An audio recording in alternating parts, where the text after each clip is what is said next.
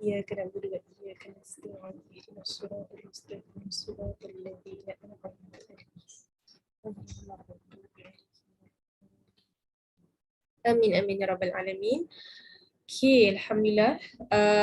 Jadi pada malam ini kita akan membicarakan, kita akan menjemput pengerusi kita, pengerusi kelas sains dan pembangunan mampan dan dua ilmuwan ABIM yang tidak asing lagi bagi kita, iaitu Dato' Profesor Dr. Kamarul Azizi Ibrahim yang akan berkongsi dengan kita pada malam ini dengan satu teknologi kecil tapi sangat meluas penggunaannya pada dunia hari ini, tidak asing lagi lah, iaitu tentang drone.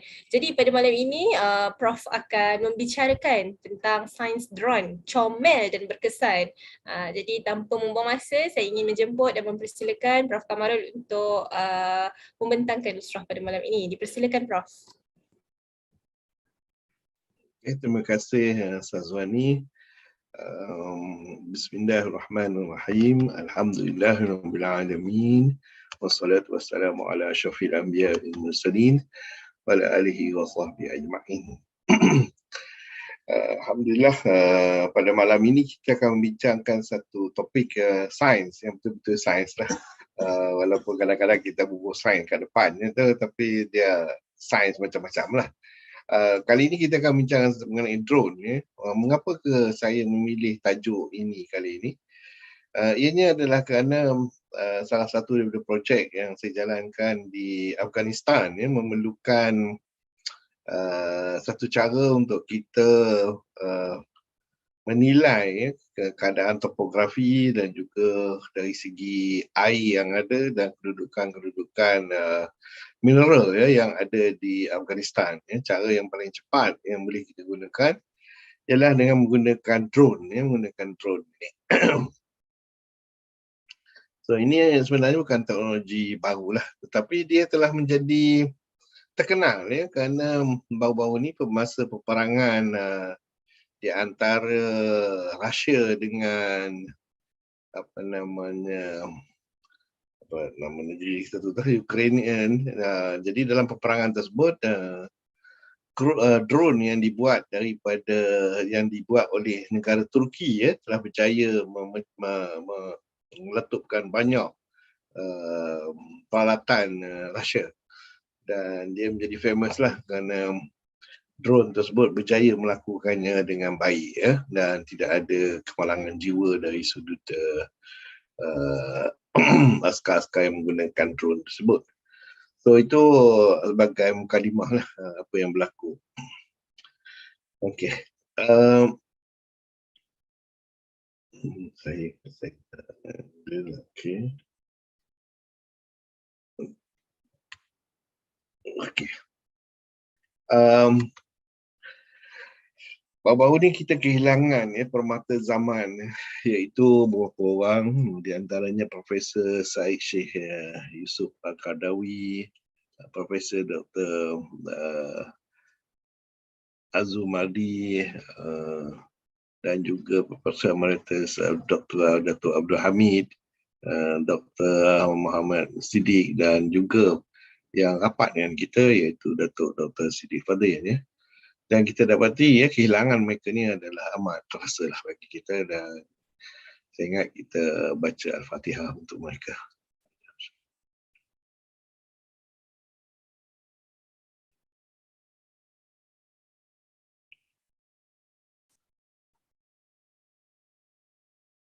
So, pembagian mereka memanglah kita harap akan ada pengganti kerana masih banyak lagi yang perlu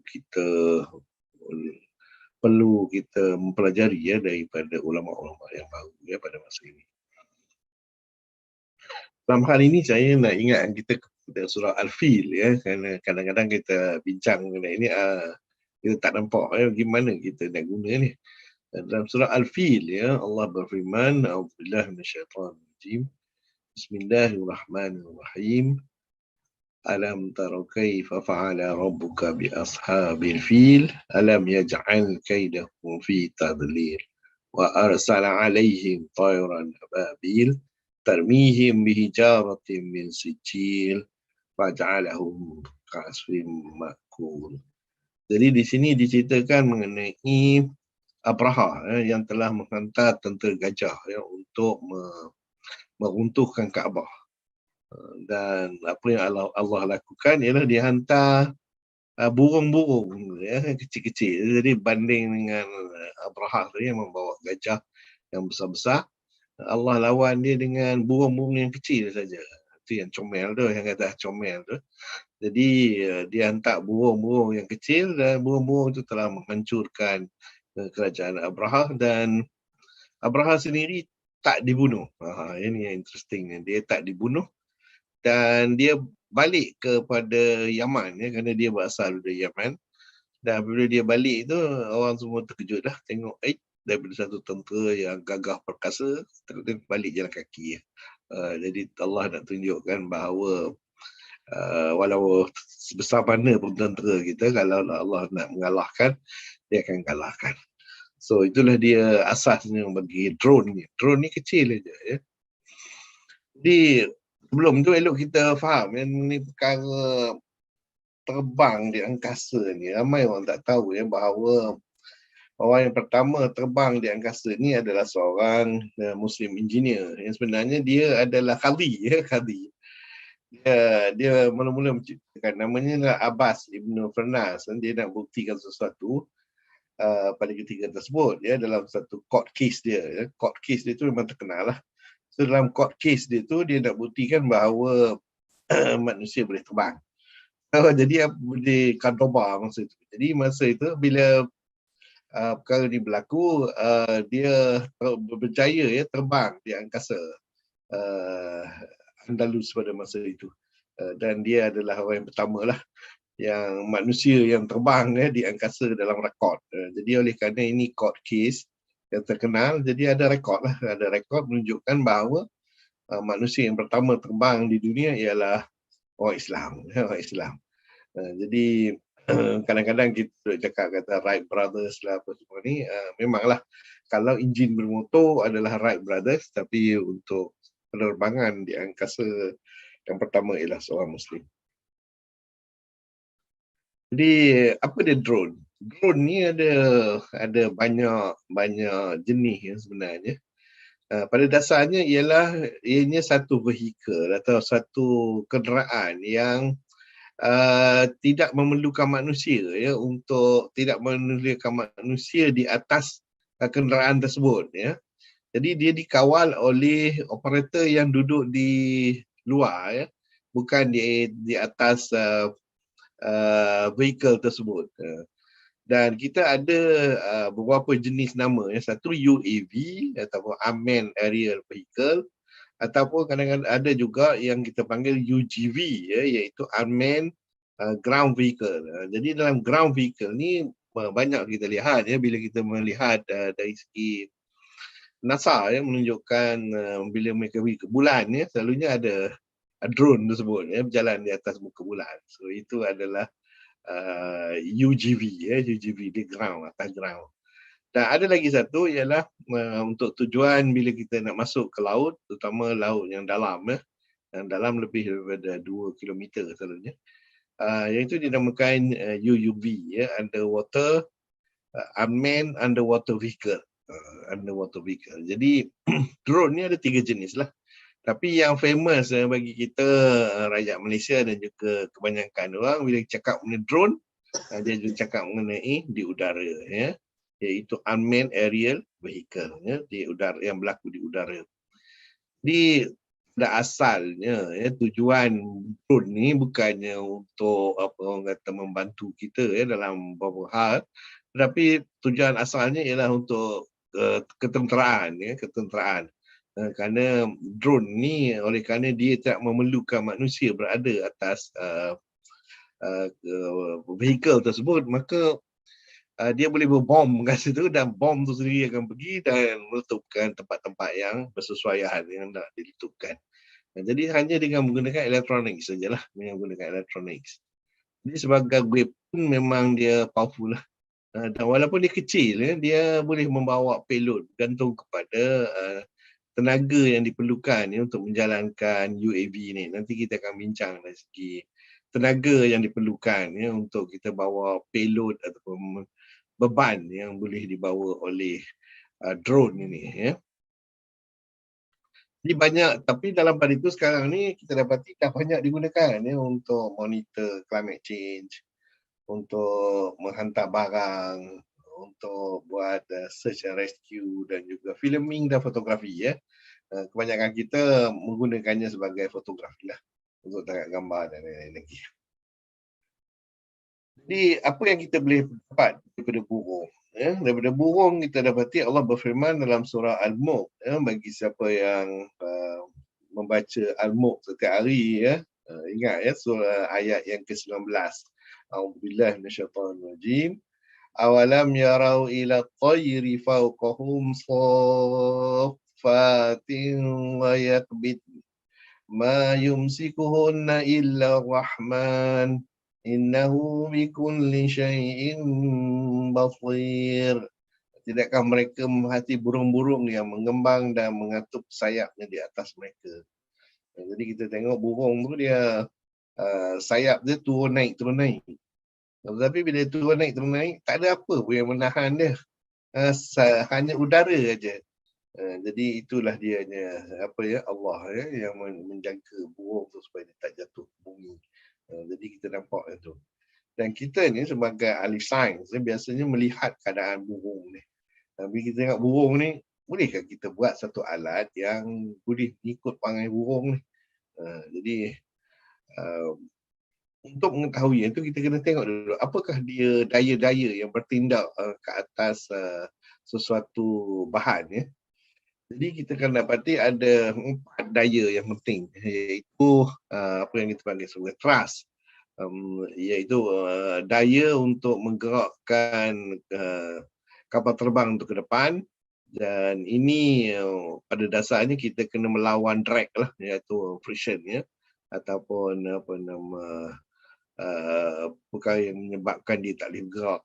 Dan ini kita menggunakan enjin, kita menggunakan enjin untuk memastikan kita ada thrust, dan lift, iaitu untuk mengangkatkan kapal terbang tu daripada bumi. Jadi force untuk lift itu pun juga untuk kita overcome. Katakanlah kita ada berat beberapa kilogram, jadi kita kena guna tenaga ataupun daya untuk mengangkatnya. Dan biasanya kita menggunakan aliran udara pada sayapnya tu.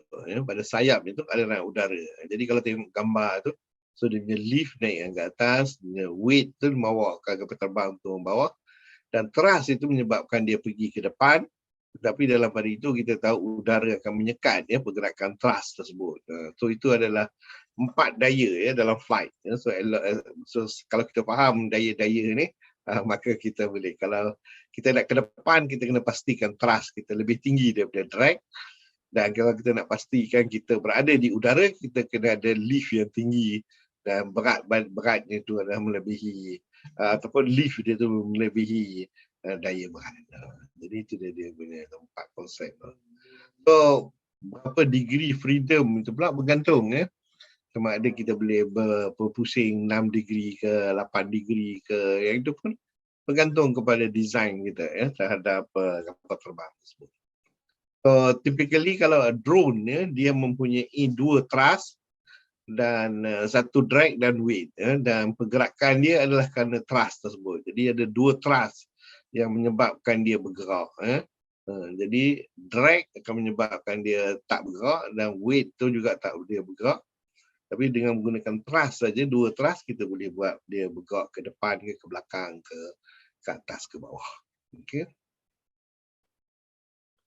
Ni kalau nak ikut burung, dia peterbang kita macam itulah, drone kita macam itulah.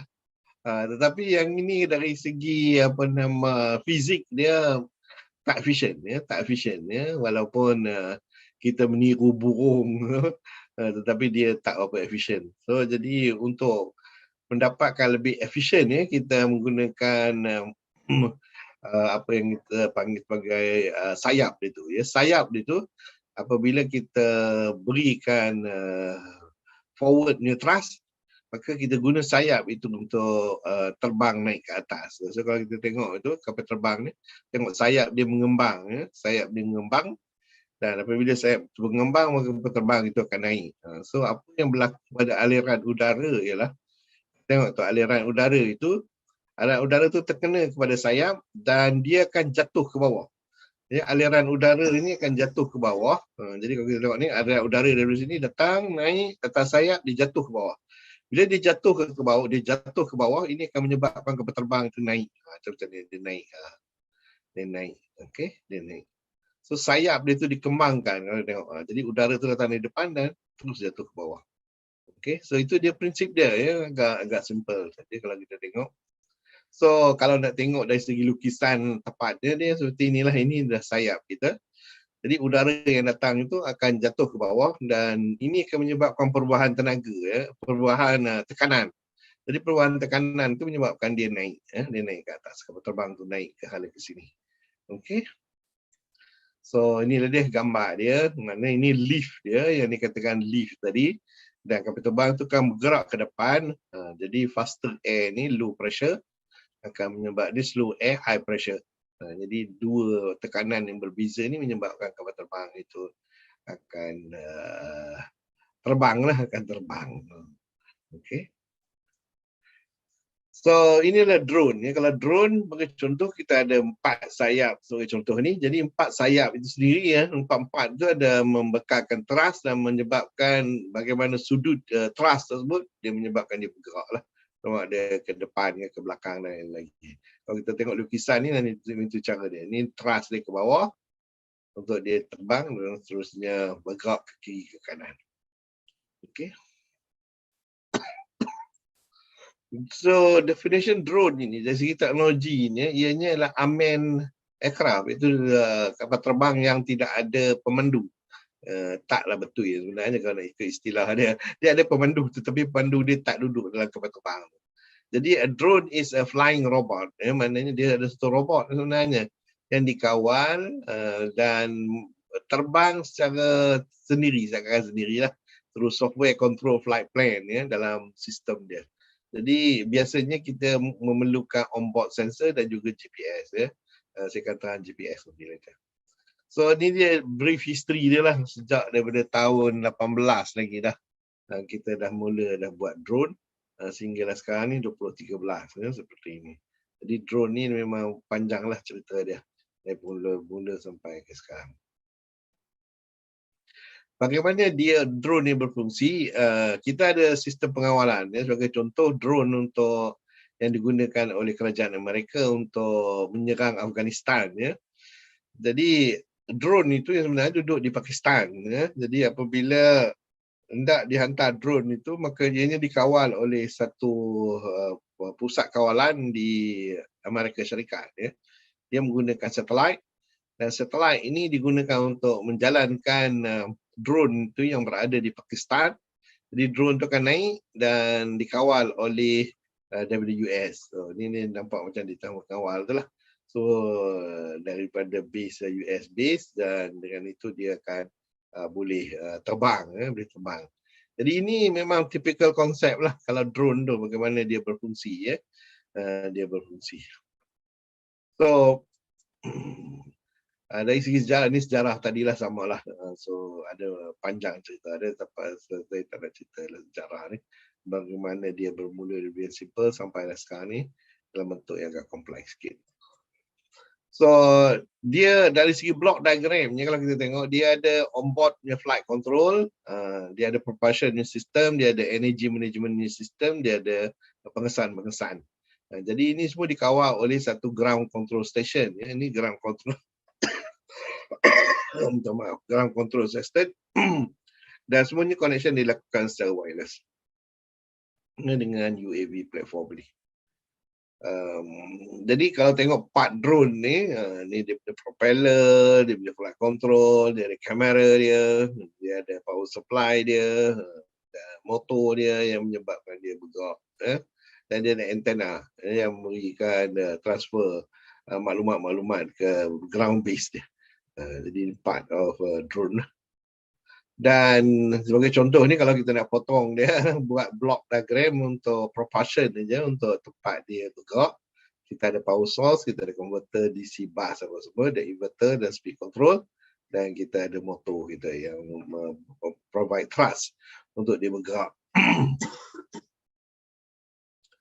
So bergantung kepada sumber tenaga yang kita gunakan. Kalau fuel cell dia boleh tahan 10 jam. Kalau yang lain-lain tu dia bergantung lah. Dia makin lama makin kurang dia punya jamnya dia boleh bergerak. Boleh bergerak. Dan pergerakannya tu pun bergantung pada speed dia. Jadi dengan itu buat masa ni paling jauh yang boleh guna ialah guna fuel cell. Guna fuel cell. Tapi ada lagi satu cara yang sekarang ni boleh kita gunakan, apa yang dinamakan laser power UAV. Maknanya dia tak perlu turun, dia terbang saja, jadi kita akan pancarkan cahaya dan cahaya itu akan diabsorb oleh satu receiver di dalam kita punya UAV dan dia akan charge bateri itu kat sini. So bila dia charge maka apa nama UAV itu boleh travel lagi jauh. Ini laser powered UAV lah. Kalau nak tengok sumber-sumber apa nama tenaga ni banyaklah. Boleh kita guna thermal energy, electric source ataupun hybrid lah yang campur di antara elektrik ini semua. Okey. Dan dari segi klasifikasi bergantung ya. Kalaulah dia light daripada air, kita panggil sebagai blip benar, ataupun kadang-kadang balloon ya. Balloon tu pun dipanggil sebagai UAV juga. Kalaulah dia lebih berat daripada udara, bergantung dia fixed wing ke, di mana kita ada small dia dan main dan hard hail dan lain lagi.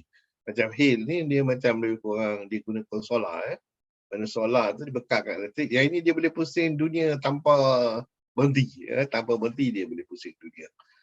Jadi pasal semuanya powered by solar energy. So ada hybrid macam-macam jenis lah, tilt wing dan tilt engine dan macam lagi. Dan ini adalah typical rotary wing ni lah. Sama ada kita guna multi, single rotor ke ataupun quadcopter ke, coaxial dan lain lagi. Ini zaman-zaman. Apa yang kecil sekali ni macam ni? Ni no. Kecil je. Itu yang cute dah. So kalau nak tengok yang cute-cute-nya ni dia lah. Black Hornet, Hubscan, quadcopter kecil-kecil je. Memang cantik lah kalau tengok. Okay. So ada small tactical UAV, miniature UAV dan nano UAV. Nano UAV ni kecil-kecil je. Jadi kadang-kadang sekarang ni kita dah boleh buat sebesar lalat jadi dia akan pergi macam lalat Okey. Boleh bergerak macam lalat. Ini contoh drone nano tu. Kecil je Ustaz ni je. Satu jari ni Ustaz tu dia drone ataupun sebesar ni. Dan yang lain-lain tu lagi besar lah. Ini besar betul lah. Macam kapal terbang lah ni. So kita boleh buat sampai sebesar ni, kecil ini dan akhirnya sampai besar lah. Jadi drone ni ada nano sampai mega sampai besar. Okey, dan kegunaannya bergantunglah apa kita nak guna drone ni. Application of UAV ni ada banyak ya. Salah satu yang sekarang ni banyak digunakan ialah untuk traffic monitoring ya. Jadi dia akan naik ke atas dan dia lihat bagaimana traffic ya. Dan boleh maklumkan kepada central position keadaan trafik tersebut. Ataupun dia boleh digunakan sebagai kata melihat struktur ya.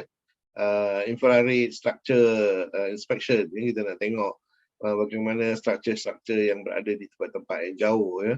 Ataupun nak tengok dari segi electric cable sama ada berlaku pemanasan dan lain-lain lagi. So kerana gunakan drone tak perlulah pergi ke tempat-tempat ni. Ataupun untuk monitoring environment sebagai contoh pollution dan apa semua, jadi kita tak perlu hantar orang lah. Kalau hantar orang nanti siap orang tu mati kena hisap apa nama udara ni. Jadi hantar drone tu boleh measurekan itu untuk kita. Ataupun kita boleh hantar barang sebagai contoh hantar ubat-ubat ke tempat-tempat yang jauh dan begitu juga barang-barang lain yang kita boleh hantar dengan drone ni. Jadi banyaklah aplikasi ni. Banyak yang digunakan ialah untuk agriculture ya, kerana kalau kita punya tanah yang besar especially untuk buat padi kawasan padi, ataupun dalam palm oil pun juga untuk kita bunuh serangga pun kita boleh gunakan drone ini. Ataupun kita boleh buat apa yang kita panggil sebagai mapping, ya. Mapping untuk kawasan-kawasan tertentu dan kita boleh buat pengukuran, ya, terhadap kawasan-kawasan tersebut. Dan yang paling banyak digunakan adalah untuk militeri lah. So militeri ini dia sistem ni seperti berikut, ya. Dia akan kawal dia daripada satu kenderaan ataupun kadang-kadang dengan menggunakan satelit, maka dia boleh pergi kepada yang kita nak, ya, tanpa diketahui. Okey. Sebagai contoh untuk agriculture, crop health analysis, ya. Kerana drone ni kita boleh buat sensor, ya. So kalaulah kita menggunakan optical sensor, ya. Optical sensor ni dia boleh detect sama ada crop tu sihat ke tak sihat, boleh detect ada pest ke tak ada pest, dan dari segi berapa head count dia, height dia, acreage dan lain-lain lagi. Dan kita juga boleh guna dia untuk spray fertilizer, ya. Fertilizer kerana dia lebih merata, ya, dari segi itu. Dan buat soil analysis juga, ya, kita boleh buat, ya, menggunakan optical sensor. Dan untuk infrastruktur kita boleh tengok, ya, pipeline, ya, yang ada dan kita boleh test sama ada pipeline tu okey tak okey. Railway track inspection juga boleh kita lakukan. Wind turbine inspection, power line inspection, rooftop inspection. Jadi infrastruktur ni boleh kita monitor, ya, dengan menggunakan UAV ni. Other uses, disaster response, boleh hantar cepat-cepat untuk check, assess damage, research and rescue, medical supply, delivery of blood, organ, first aid, dan untuk package delivery. Ya. So ini ada some contoh lah yang kita boleh gunakan sekarang ni. So application ni banyak lah. Ini saya just senaraikan UAV, UGV, USV dan UUV. Sampai masuk ke dalam laut. Daripada udara sampai ground, kemudian sampai masuk ke dalam laut. So kalau kita tengok aplikasi dia, memang banyaklah arkeologi, agriculture, ocean sampling, seabed mapping, surveillance, recognition, oceanography. Jadi itu a long list lah. Ada isu yang boleh kita ukur daripada UAV ni, drone ni. Dan bergantung kepada apakah dia jenis-jenis kita punya sensor, ya. Dia bergantung, very important. Kalau RGB dia boleh measure yang ini. Kalau dia multispectral di kamera ni bergantunglah, ataupun thermal kamera dia boleh buat pengukuran ini.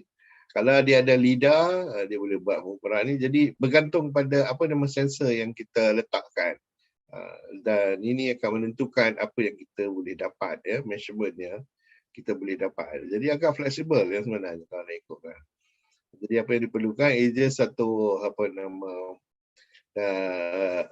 drone yang sesuai dan dia mempunyai, pasal macam sensor ni dia kecil-kecil je.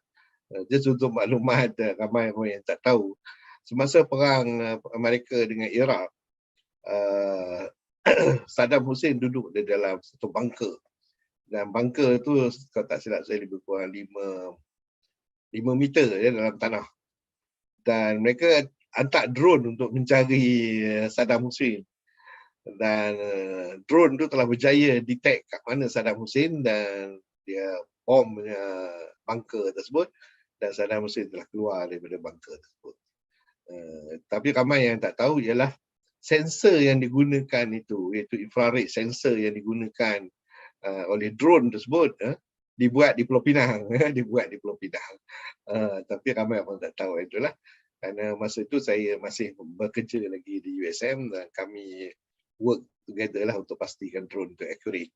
Tapi tak tahu pula mereka nak guna untuk cari Saddam Hussein. Mereka cakap drone ni hanya untuk cari orang dalam bunker, ya, yang hilang. Rupanya dia orang yang hilang tu ialah Saddam Hussein. Jadi tengoklah powerful dia sensor. Sensor tu kecil je, ya. Lebih kurang duit 1 sen je besar dia. Dan dia boleh detect Saddam Hussein yang duduk dalam bunker 5 meter dalam bawah tanah. So ini adalah capability yang memang banyak lah. So drone ni apa yang pentingnya lah kita dapatkan sensor yang sesuai dan kita boleh gunakannya. Sebagai contoh, kalau lah menjadi isu sekarang ni bagi terutama dalam ketenteraan ialah Macam mana kita nak detect ada tak kapal selam di kawasan, katakan sebagai contoh Selat Melaka. Selat Melaka ni tak dalam sebenarnya.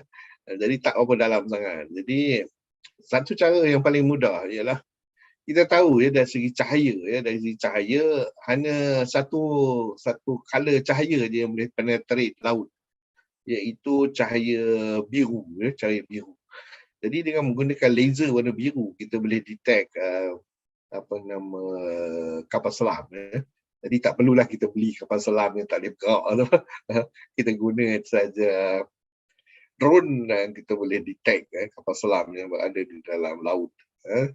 Dan anyway, laser warna biru ni masa saya masih bekerja kat USM kami dah buat lah. Kami dah buat laser warna biru tu.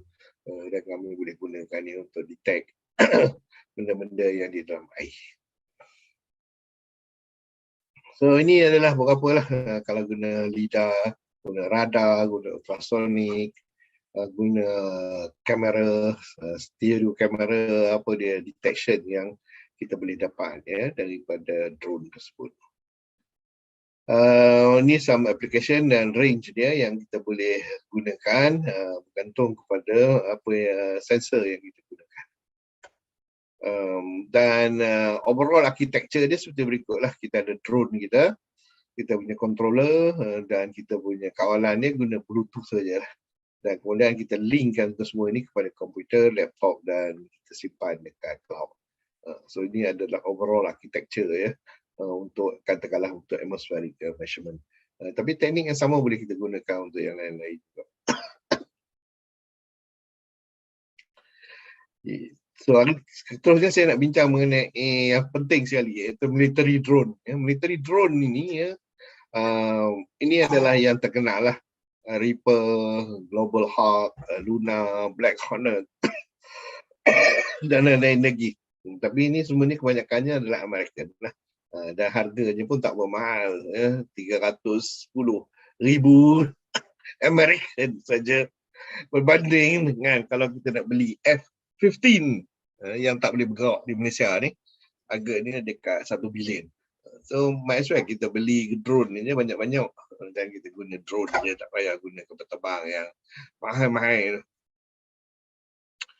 So ini typical hunting and killing drone. Jadi number of drone dalam Pakistan itu mereka menggunakan drone sepenuhnya. 128 orang mereka boleh buat drone attack dan mereka telah berjaya membunuh ramai orang. Ini hanya menggunakan MQ-9 Reaper. Jadi price untuk per aircraft lebih kurang 10 million dan payload dia lebih kurang 1.7, range dia lebih kurang 3,000 kilometer dan dia boleh fly selama 36 jam. Jadi itu adalah satu drone yang boleh kita belilah. Dan sebagai contoh dia nak bunuh orang ni. So hantar drone je lah, bom tu mati orang tu, kena bunuh. Dan dia boleh ada kamera ke, tunjuk memang betul kena orang tu. Cuma masalahnya ada satu tu saya cuba nak dapat filem tu tetapi tak jaya.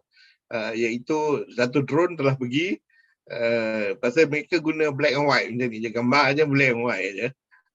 Tengok-tengok perkahwinan, ada satu perkahwinan, habis semua orang yang berkahwin tu mati habis semua. Jadi itu pun satu masalah lah. Ini contoh drone kerana drone itu membunuh orang.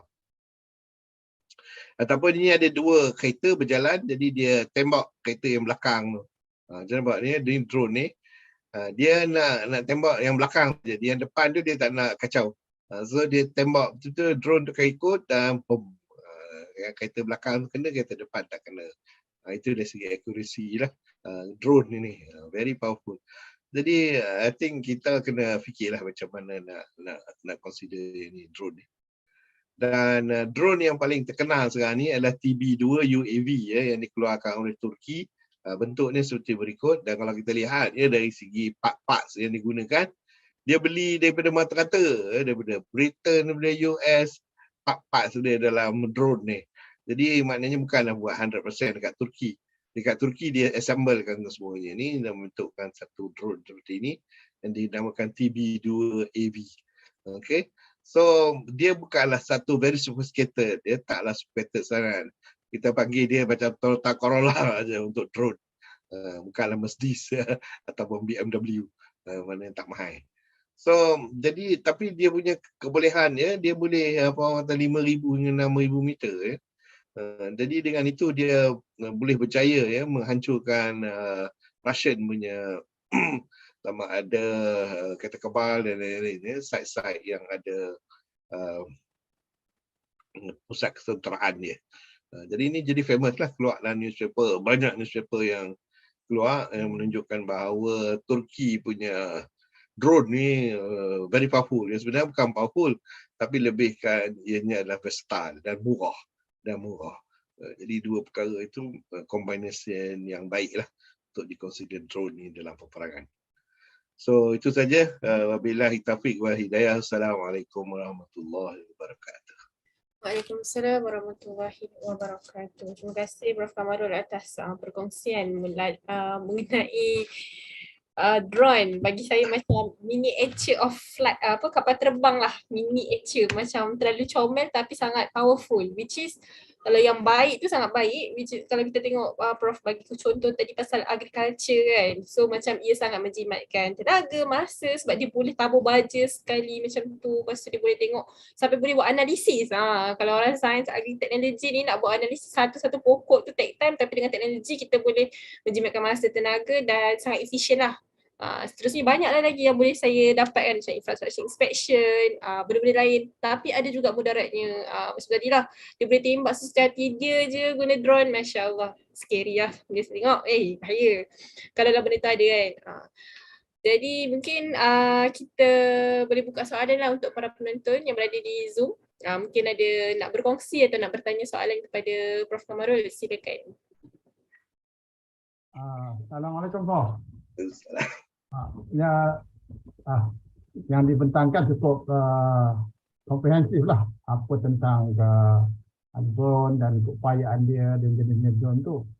Cuma satu perkara mungkin yang tak sentuh tu, bagaimana boleh dapat lift yang cukup untuk kepak pada sayap kepada kapal terbang kan.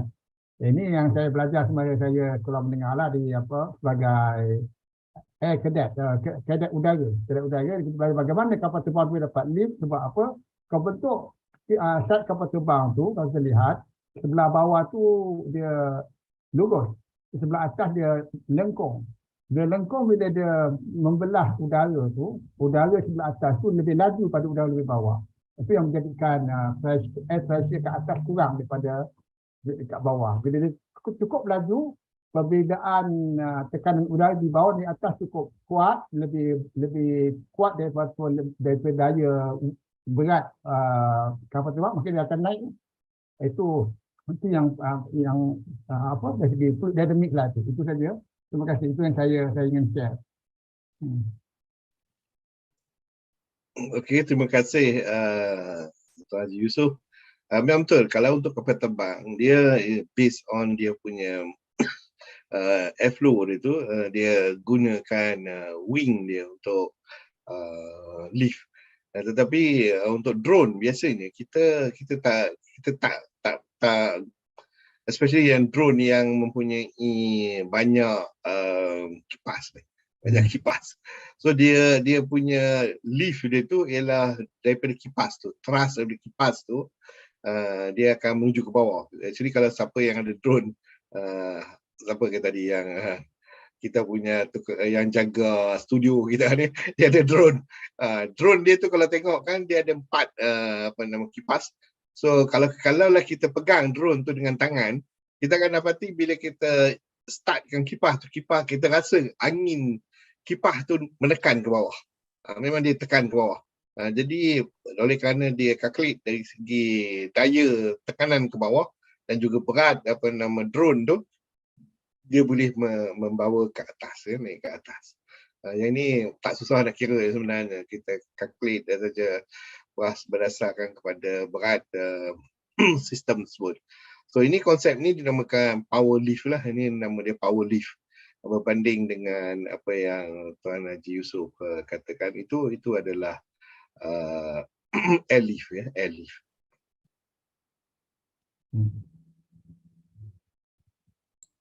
Baik, terima kasih. Soalan pandangan daripada Tuan Haji Yusof.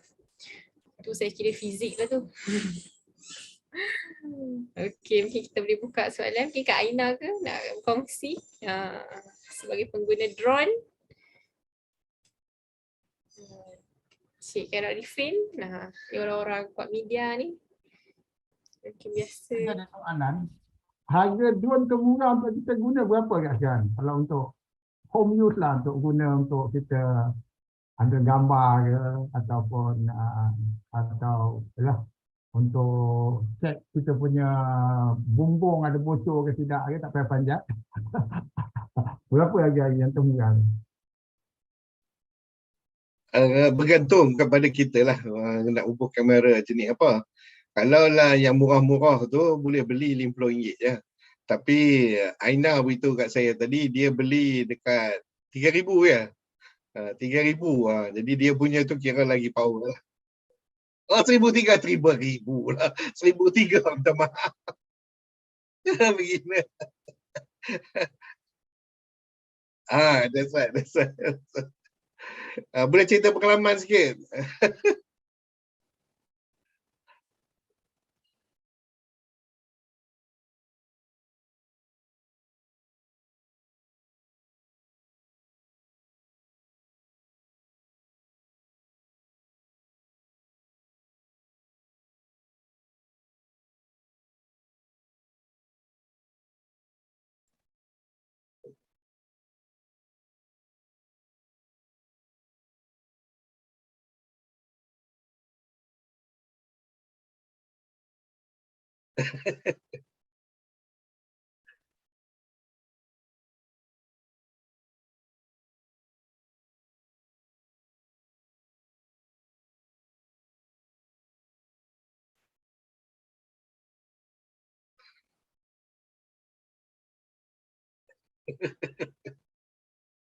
Biasalah tu.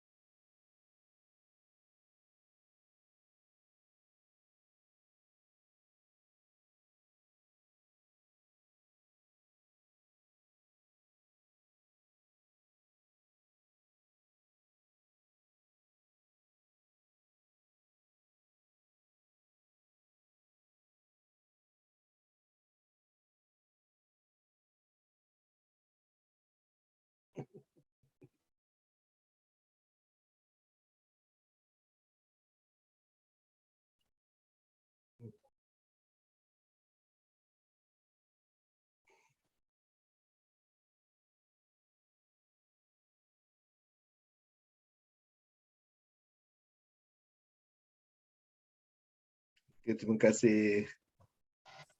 Assalamualaikum. Assalamualaikum warahmatullahi. Silakan Tuan Azizi. Prof, nak tanya view Prof. Sekarang ni drone ni istilahnya mahal lah. Tapi kalau kita tengok handphone dahulu pun peringkat awal tu beribu dan sifatnya besar. Dan sekarang ni pun lama kelamaan drone ni pun semakin canggih, semakin sophisticated dan semakin murah. Dan kalau kita tengok sekarang ni pun drone dah jadi satu permainan di kalangan generasi muda. Cuma nak tanya Prof lah, view Prof. Kalaulah masyarakat kita ni drone tu dah kira dah banyak, apa konflik yang akan berlaku Prof? Itu saja. Alhamdulillah lah yang sebenarnya kita ada jabatan penerbangan. So drone ni sekarang di bawah kawalan Jabatan Penerbangan. Jadi kecuali drone-drone yang kecil yang tak naik sampai 500 meter tu dia bagi kita main je lah. Tetapi yang lebih dari 500 meter kalau tak silap saya dia punya limit dia. Dia tak bagi, kena ada license baru boleh guna. So bagi tujuan tangkap gambar saya suggest elok juga ambil kerana dia dapat satu angle yang tak boleh dapat tempat lain. Kerana bila kita ada angle daripada atas tu, kita akan nampak banyak benda yang kita tak boleh nampak. And especially bagi yang bercadang untuk agriculture, pasal berdasarkan kepada warna daun tu, kita boleh tentukan sama ada pokok-pokok yang kita tanam ataupun beras atau bendang padi yang kita tanam tu sama ada dia sesuai atau tidak. Kalau dia tunggu kat bawah, dia susah ke nak tengok. Kita tak tahu berapa luas ke kawasan bendang tersebut yang perlu kita letakkan racun sebagai contoh. So frankly saya suggest kita elok masuk bidang ni kerana masa depan dia agak cerah. Cuma itulah limit dia tu sekarang ni jabatan penerbangan kalau tak silap saya 500 meter tak boleh naik sampai ke atas. Macam mana ni? You ada tanya dapat lesen tak? Saya tak ada lesen.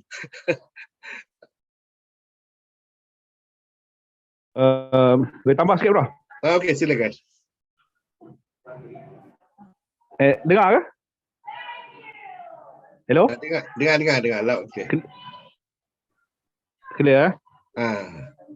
Ada tambahan sikit dengan soalan lah. Okey, apa tu teknologi drone ni menarik sebab kalau dalam kajian SIA, Social Assessment dan juga EIA, SIA ni pun kami buat di IDER, kita dah mula venture out gunakan drone jugalah untuk buat apa orang panggil preliminary mapping. Bila kita nak buat SIA, kita kena tentukan dia punya ZOI itu zone of influence kan. So berapa kepadatan penduduk apa semua tu menarik juga kalau kita pakai drone, kita akan boleh tengok lah daripada titik tempat projek tu sampai 5 km tu kan. Apa kawasan yang ada dan sebagainya lah. Itu menarik.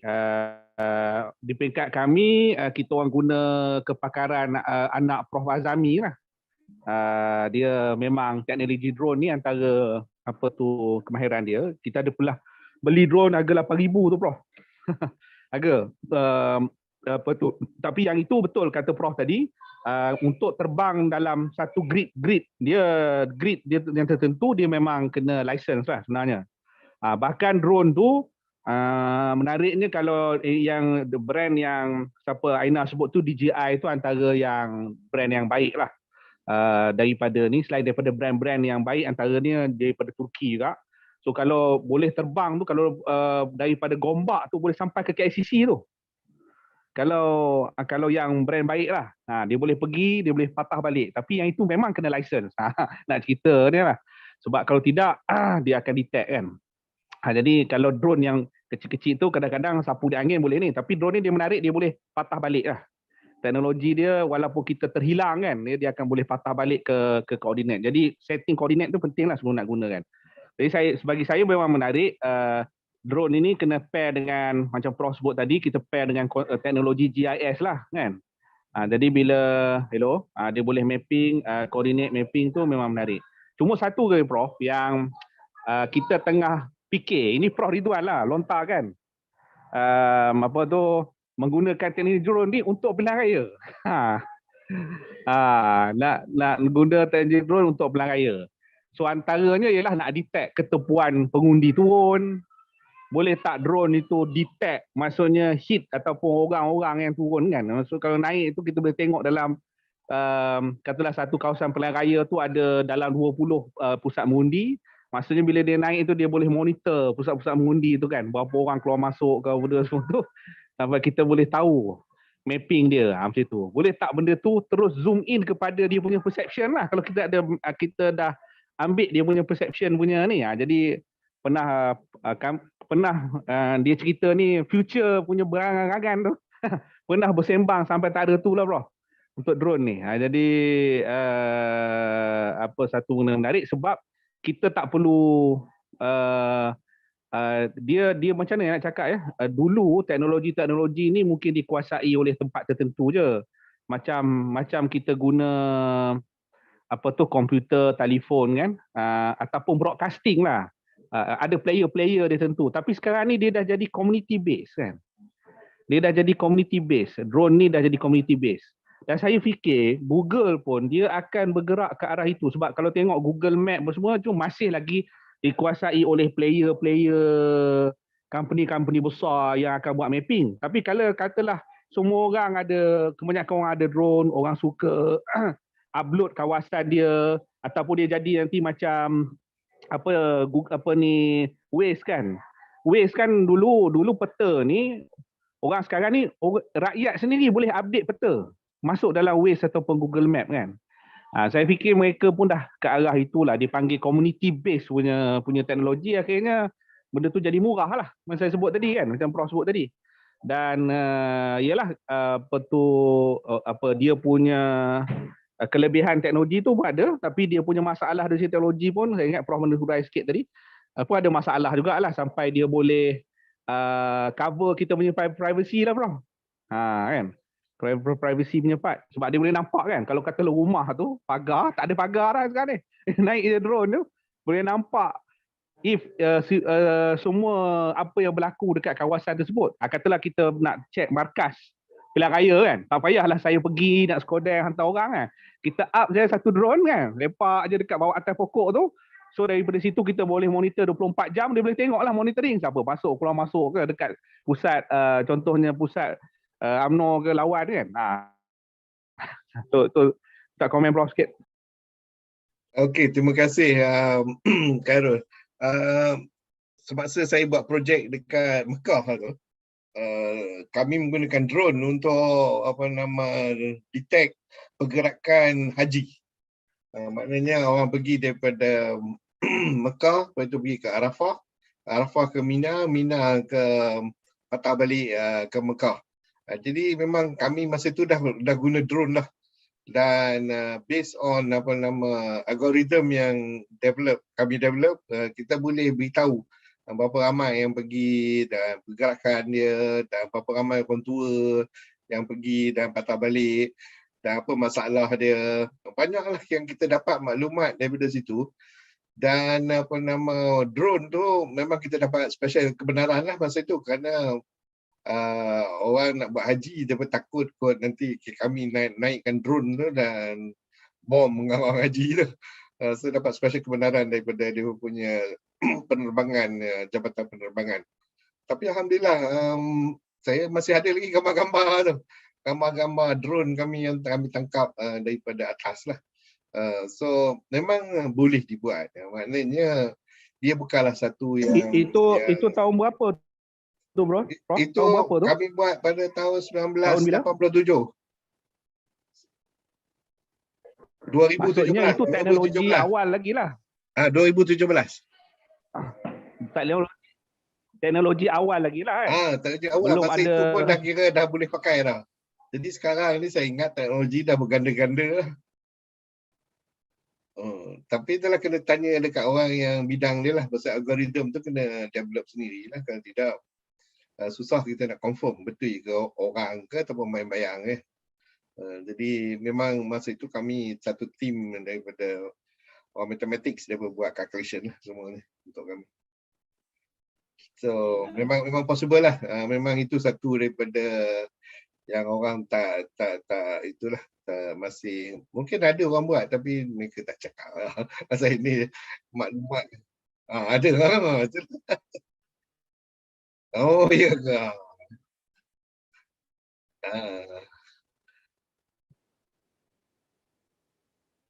Okay. That's right.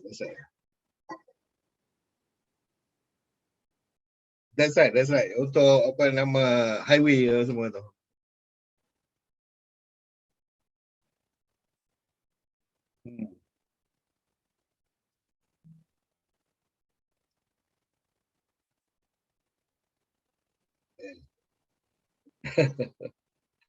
Okay.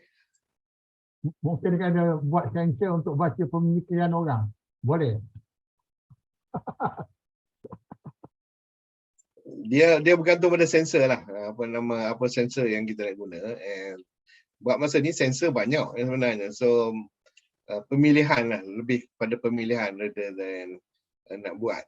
So dan juga algoritma yang sesuai lah.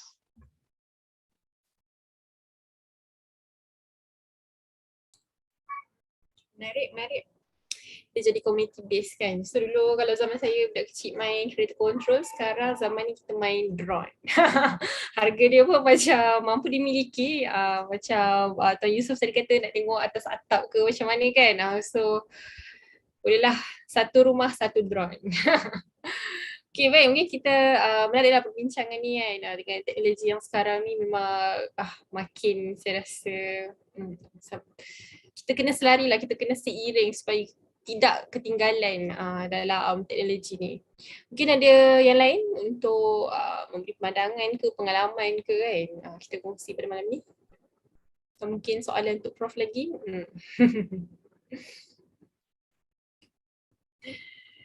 Okey, Kak Ina ke? Tak ada? Okey, kalau tak ada mungkin kita boleh bagi laluan untuk Prof untuk menutup lah untuk topik kita pada malam ni, Sains Drone. Silakan Prof. Okay, terima kasih Ustaz Rani. Teknologi ni bukanlah satu teknologi yang baru, tetapi saya dapati dari segi perkembangan dia amat cepat dan penting bagi kita untuk meloncat atas keretapi perkembangan ini. Kerana penggunaannya tak memerlukan kos yang tinggi. Saya amat tertarik bila ianya digunakan dalam peperangan antara Rusia itu, di mana kita dapati bahawa kita tak perlu jet-jet yang laju apa semua ni. Kita hanya perlu drone saja, kerana drone tu sendiri boleh mengejar jet, bergantung kepada sistem yang kita pasang dekatnya. So saya nampak ianya satu possibility yang elok kita timbangkan, sama ada untuk pertahanan ke, untuk agriculture, untuk perubatan, dan dia banyak kegunaan dia. So kalaulah kita boleh gunakan itu, sekurang-kurangnya teknologi ini boleh di-develop di Malaysia. Kalau nak ikutkan Turki pun dia baru masuk je, tak sampai 5 tahun dah boleh buat satu sistem seperti itu. Jadi kita di Malaysia patut consider sistem ini untuk kita punya pertahanan dan juga untuk agriculture especially, dan juga kita ni banyak ikan, tapi so far boat kita pergi nak tercari guna sonar, jadi jenuh lah. So kalau kita boleh hantar drone ke atas angkasa tu, boleh tahu kat situ banyak ikan, boleh tangkap ikan dengan lebih mudah. So itulah, wabillahi taufiq wal hidayah. Assalamualaikum warahmatullahi wabarakatuh. Waalaikumsalam warahmatullahi wabarakatuh. Terima kasih banyak Prof Kamarul Azizi atas perkongsian malam ini. Saya yang mendengar ni pun rasa macam dah lama rupanya, tapi macam bila Prof buka kupas, kongsikan dengan kita macam macam ni lah, dia dah ada timeline ni daripada tahun 18 lagi kan Prof kan, sampailah sekarang yang makin lama makin saya rasa teknologi dia makin canggih, dan insyaAllah pada masa akan datang Malaysia, negara kita akan menguasai lah teknologi ini dan dapat diimplement untuk kebaikan insyaAllah. Jadi saya rasa setakat itu sahaja usrah ilmuwan kita pada malam ini. InsyaAllah kita akan bertemu lagi pada minggu hadapan, pada hari dan masa yang sama, pada hari Ahad 9:15 malam, InsyaAllah. Jadi kita tutup majlis kita dengan